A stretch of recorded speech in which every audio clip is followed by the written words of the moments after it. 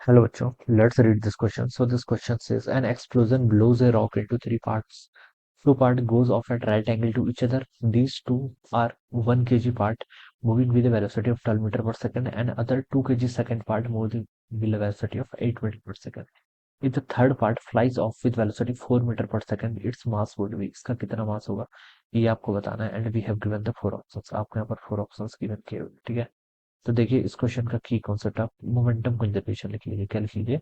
Momentum conservation से. चलिए इस क्वेश्चन को हम सॉल्व करते हैं. तो आप लिख लीजिए momentum conservation. Momentum conservation will be the key concept of this question. अब बच्चों देखिए मोमेंटम कंजर्वेशन क्या बताता है. देखिए हम ब्लो कर रहे हैं यहाँ पर एक्सप्लोजन ब्लो ये रॉक, ठीक है. रॉक आपका ब्लो हो गया, ठीक है. इनिशियली रॉक आपका रेस्ट पर होगा, ठीक है. देखिए अगर मैं रॉक को सिस्टम कंसिडर कर सकता हूँ तो नेट एक्सटर्नल फोर्स जीरो जाएगा.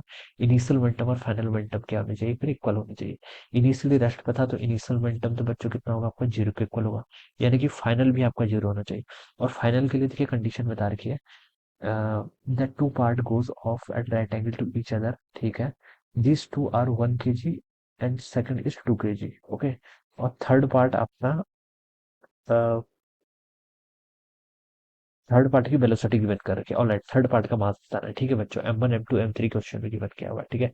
M1 की वैल्यू देखिए कितनी देर की है? 1 kg के इक्वल, ठीक है.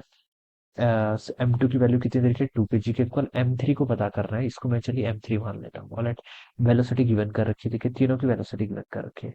1 kg की तो कितनी है? 12 मीटर पर सेकंड के इक्वल. और 2 kg वाला कितने से मूव कर रखा है? 8 मीटर पर सेकंड से. और थर्ड वाला आपका 4 मीटर पर सेकंड से, ठीक है बच्चों. ये सब गिवन कर रखा है, ठीक है. और ये हिंट दे रखी है कि पहला और दूसरा एक दूसरे के परपेंडिकुलर है. यानी कि देखिए इनिशियली मान लीजिए ऐसा आपका रॉक था, इनिशियल था, रेस्ट पे था, ठीक है.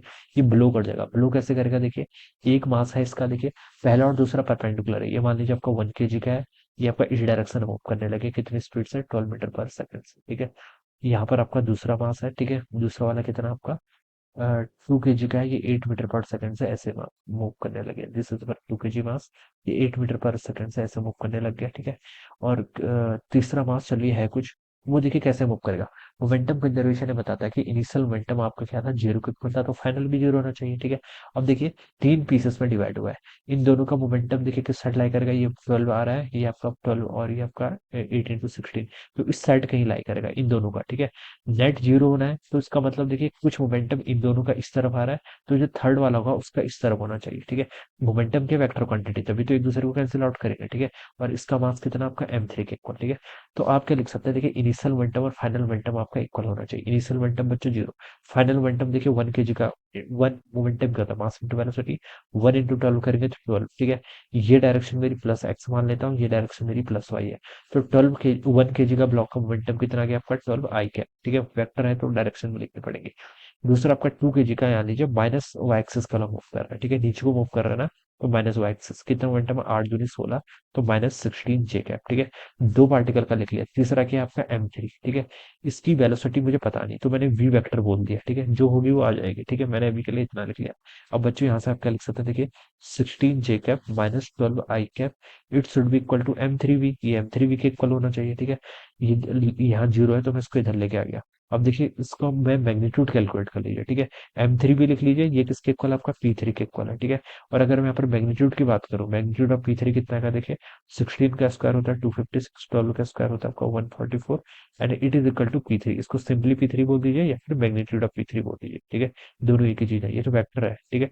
256 और 144 को जोड़ेंगे तो 400, 100 400 करेंगे तो 20. तो P3 की वैल्यू आपकी 20 के इक्वल आ रही है. क्या? 20 kg मीटर पर सेकंड के इक्वल, ठीक है. ये थर्ड पार्टिकल का क्या आपका मोमेंटम है, ठीक है. उसकी स्पीड गिवन कर रखी है हमने, वेलोसिटी गिवन कर रखी है, मतलब मैग्नीट्यूड गिवन कर रखा है, तो स्पीड यानी ये 4 मीटर पर सेकंड. तो यहाँ से आप लिख लीजिए M3 इंटू इसकी स्पीड 4 मीटर पर सेकंड के इक्वल है. ये 20 के इक्वल होगी तो M3 की वैल्यू बच्चों यहाँ से कितनी आएगी? 5 kg के इक्वल. तो ये इसका आंसर होना चाहिए. M3 सॉरी 5 kg, जो कि डी ऑप्शन में गिवन किया हुआ है. तो आप लिख सकते हैं कि आंसर डी क्या होगा इसका answer? Right answer. So I hope you all understood this concept. All the best and thank you so much.